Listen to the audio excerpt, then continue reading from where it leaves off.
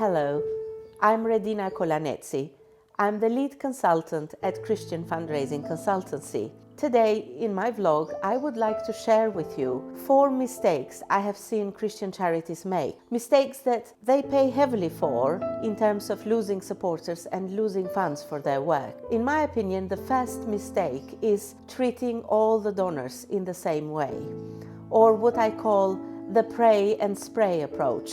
They pray for their work and then they spray everybody with the same message. They say the same thing through their communications to different types of donors. In reality, donors are on different stages of their journey with a particular Christian charity. So some of these donors need to be encouraged to make their first gift. Others need to be inspired to continue to give, and even others need to be nudged to renew their support to the charity. Or some people perhaps can be asked for larger contributions for the charity to communicate properly with each one of these groups. So if you want to communicate effectively with your donors, then you have to tailor your messages to really speak to the donor at the stage of their journey they are at. Another mistake that many Christian ministries make is failing to incorporate in their fundraising appeals the reasons that will motivate donors to give.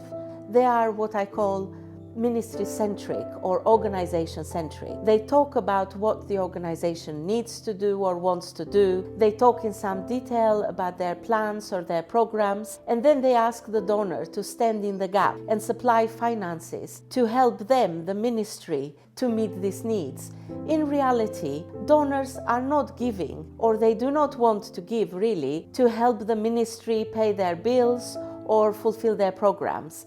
Yes, they see the ministry's programs as a way of actually achieving a higher end, and that end is impacting somebody's life. If you want to get your ministry's donors give generously to your cause, then you have to think about and incorporate in your appeals the reasons that they would like to give. Seeing lives transformed, seeing a person or a family or a small community benefit from the work, talking more about the outcomes rather than the processes of your work. Reminding donors that they really find their identity and they have a strong relationship, not just with the ministry, but with the beneficiaries that they are trying to help. A third mistake that some Christian charities make is failing to thank donors appropriately. I have seen one too many ministries in recent years include a little box and a statement in their response forms, something that goes along the lines, please tick this box if you do not want to be thanked. When I asked what is the rationale for this, they said, well, we are just trying to save money on a postage stamp. Whatever people say to you, they appreciate being thanked. And thanking is also an important part of reminding them of what they are doing.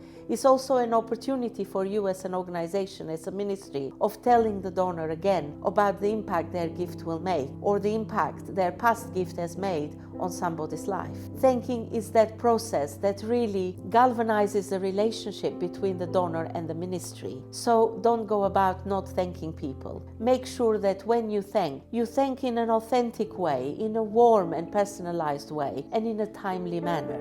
A fourth mistake that many Christian ministries are making, especially today, is that they are failing to bring in sufficient numbers of new donors. So many ministries today, especially mission agencies, have got rapidly aging supporter bases. Their people have given to the ministry for many years, and some of these people continue to give generously, but these ministries often are losing hundreds of donors every year, and they are just gaining a handful of new donors through their new donor acquisition activities. I believe this is one area, if ministries want to really be around in 5 or in 10 years or 15 years time, they really need to pay attention to new donor acquisition. They need to find ways of engaging with new generations of Christians, with people who are currently sitting in local churches, going to home groups, going to Christian conferences or events, but don't know anything about the work of these ministries, and they are not really engaging with them and supporting them. So the challenge for many Christian fundraisers is really to make a strong case for new supporter acquisition and to create compelling fundraising campaigns that will engage new people, that they will get these campaigns, will get their message noticed out there in the Christian marketplace, And then to, when these new donors come on board, to really build long-lasting relationships with them. I genuinely believe that there are funds out there, but they are in the pockets of Christian donors. And you can access those funds, and not just the funds, but also the hearts and the commitments of new donors. If you are willing to go out there, to meet them, to share your stories with them, and to invite them to support your cause.